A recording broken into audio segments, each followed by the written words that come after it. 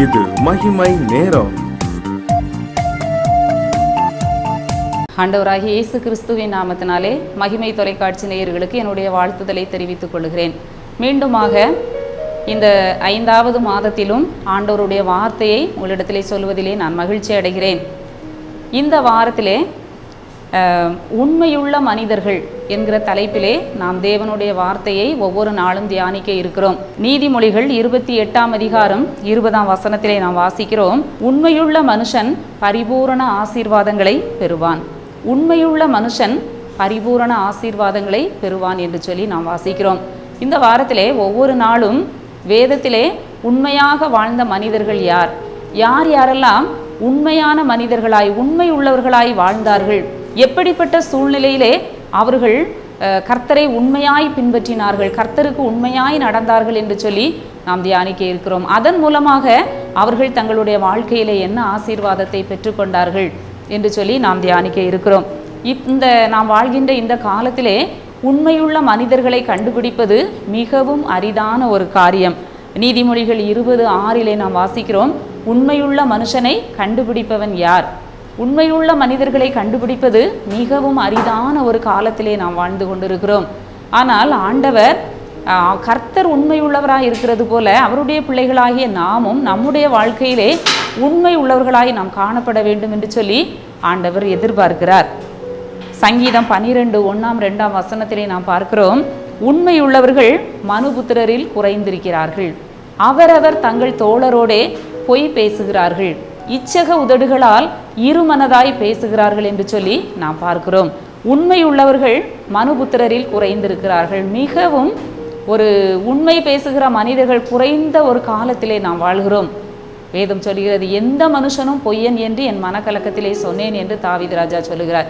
இப்படிப்பட்ட சூழ்நிலையிலும் கூட வேதத்திலே அந்த உண்மை குறித்து உண்மை உள்ளவர்களை குறித்து ஆண்டவர் என்ன சொல்லுகிறார் என்று சொல்லி நான் பார்க்கிற பொழுது, இந்த நாளிலே முதலாவது நாம் எசேக்கியா ராஜாவை குறித்து நாம் தியானிக்க இருக்கிறோம்.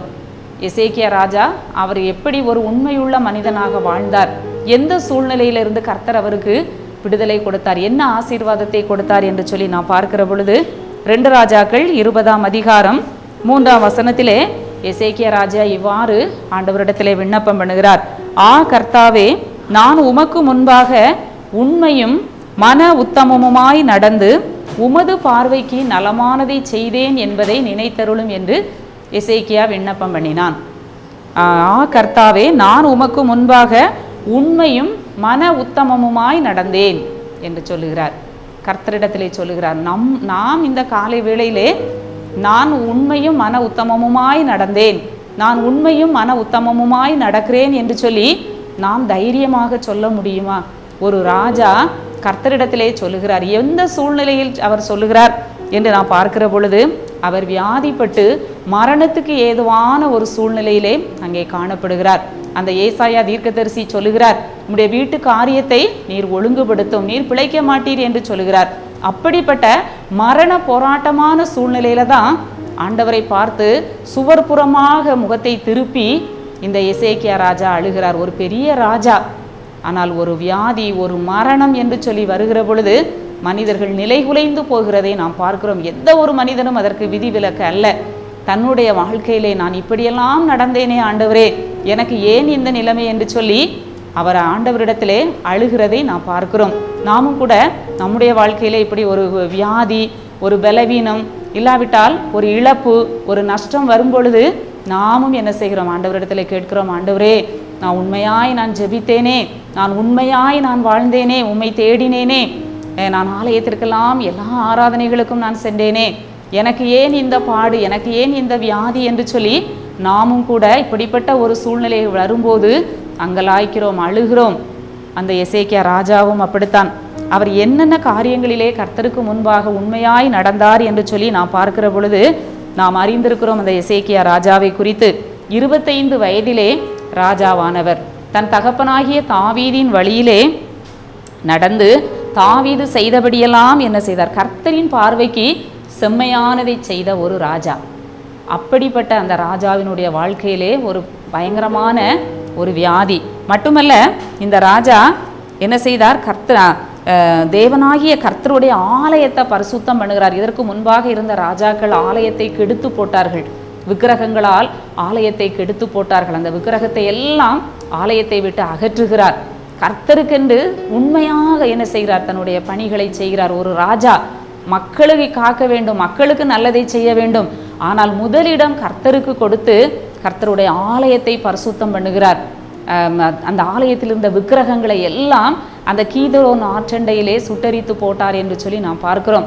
மட்டுமல்ல, மோசே உண்டாக்கின வெண்கல சர்ப்பத்தை இஸ்ரவேல் ஜனங்கள் வணங்க ஆரம்பித்து விட்டார்கள். நிகுஸ்தான் என்று சொல்லக்கூடிய அந்த வெண்கல சர்ப்பத்தை ஜனங்கள் வணங்க ஆரம்பித்து விட்டார்கள். அந்த வெண்கல சர்ப்பத்தை மோசே உடைத்து போடுகிறான். இப்படி கர்த்தருக்கு அடுத்த நிறைய காரியங்களை அந்த எசேக்கியா ராஜா செய்தார். உண்மையான ஒரு வாழ்க்கை வாழ்ந்தார். நாமும் கூட உண்மையாக வாழும்போது, பரிசுத்தமாக கர்த்தருக்கு பிரியமாக வாழும்போது, நம்முடைய வாழ்க்கையிலும் கூட சில வேளைகளிலே ஆண்டவர் வியாதியை நமக்கு அனுமதிக்கிறார், சில கஷ்டங்களை ஆண்டவர் நமக்கு அனுமதிக்கிறார். ஆனாலும் கூட நாம் அந்த நேரத்தை நாம் கடந்து செல்லுகிற பொழுது, அந்த உண்மையாய் நடக்கிற மக்கள் வாழ்க்கையில் எப்படிப்பட்ட கஷ்டங்கள் வரும்பொழுது அவர்கள் கர்த்தரிடத்திலே மன்றாடும் பொழுது, ஆண்டவரே நான் இதெல்லாம் செய்தேனே, உம்முடைய நாமத்துக்கு மகிமையாக நான் வாழ்ந்தேனே என்று சொல்லி அவர்கள் ஜெபிக்கிற பொழுது கர்த்தர் அந்த சூழ்நிலையை மாற்றி கொடுக்கிற தேவனாக இருக்கிறார். அந்த எசேக்கியா ராஜா அழுது விண்ணப்பம் பண்ணுகிறார். கர்த்தர் அதை கண்ணோக்கி பார்க்கிறார். அந்த அழுகையின் சத்தத்தை ஆண்டவர் கேட்கிறார். தன்னுடைய உண்மையான நிலைமையை சொல்லுகிறார். நான் உமக்கு முன்பாக உண்மையாய் நடந்தேனே ஆண்டவரே என்று சொல்லும்போது கர்த்தருடைய பார்வையிலே அந்த சத்தம், அவருடைய ஜெபம் கேட்கப்பட்டது. ஏசாயா தீர்க்கதரிசியை திரும்ப அனுப்பி ஆயுசு நாட்களில் 15 வருஷத்தை ஆண்டவர் கூட்டி கொடுக்கிறார். வேதம் சொல்லுகிறது, உண்மையுள்ள மனுஷன் பரிபூரண ஆசீர்வாதங்களை பெறுவான். உண்மையாக நம்ம நடக்கிற பொழுது சோதனைகள், உபத்திரவங்கள் நமக்கு வரும். ஆனால் கர்த்தர் என்ன செய்வார்? அந்த மனிதர்களை தப்புவிக்க வல்லவராக இருக்கிறார். நம்ம கூட பிள்ளைகளுக்கு சொல்லி கொடுப்போம், உண்மை உயர்வை தரும், உண்மை உயர்த்தும் என்று சொல்லி நம்ம பிள்ளைகளுக்கெல்லாம் பள்ளிக்கூடத்தில் கற்றுக் கொடுப்போம். அந்த உண்மையை நம்ம பிள்ளைகளுக்கு சின்ன வயதிலேயே நம்ம அதிகமாய் கற்றுக் கொடுக்கும் பொழுது அந்த பிள்ளைகள் எல்லா சூழ்நிலையிலும் உண்மையாக உத்தமமாக நடக்க பழகுவார்கள். உண்மை என்று சொல்லும் பொழுது நம்ம வாயிலிருந்து வரக்கூடிய வார்த்தை மாத்திரம் அல்ல, நம்முடைய செயல்கள், நம்முடைய சிந்தனைகள், நம்முடைய வாழ்க்கை எல்லாமே ஒரு உண்மையாக உத்தமமாக, அது நேரானதாக சீரானதாக இருப்பது உண்மையான ஒரு வாழ்க்கை. பேச்சில் மாத்திரம் உண்மை அல்ல, நம்மளுடைய நடக்கைகள் எல்லாவற்றிலும் நாம் உண்மையாக வாழ வேண்டும் என்று சொல்லிதான் ஆண்டவர் இந்த காலை வேளையிலே நம்மிடத்தில் எதிர்பார்க்கிறார். நாமும் கூட ஆண்டவர் எத்தனையோ காரியங்களுக்காக ஜெபிக்கிறோம். நான் ஒரு உண்மையுள்ள வாழ்க்கை வாழ வேண்டும் ஆண்டவரே, உமக்கு முன்பாக நான் உண்மையும் உத்தமமுமாய் வாழ வேண்டும் ஆண்டவரே. இந்த எசேக்கியா ராஜா தைரியமாய் விண்ணப்பம் பண்ணினார். ஆண்டவரே நான் உமக்கு முன்பாக உண்மையாய் வாழ்ந்தேன், மன உத்தமமாய் வாழ்ந்தேன் என்று சொல்லி கேட்டது போல நாமும் ஆண்டவருடைய சமூகத்திலே கேட்போம். இந்த காலை வேளையிலே உண்மையுள்ள மனுஷன் பரிபூரண ஆசீர்வாதங்களை பெறுவான்.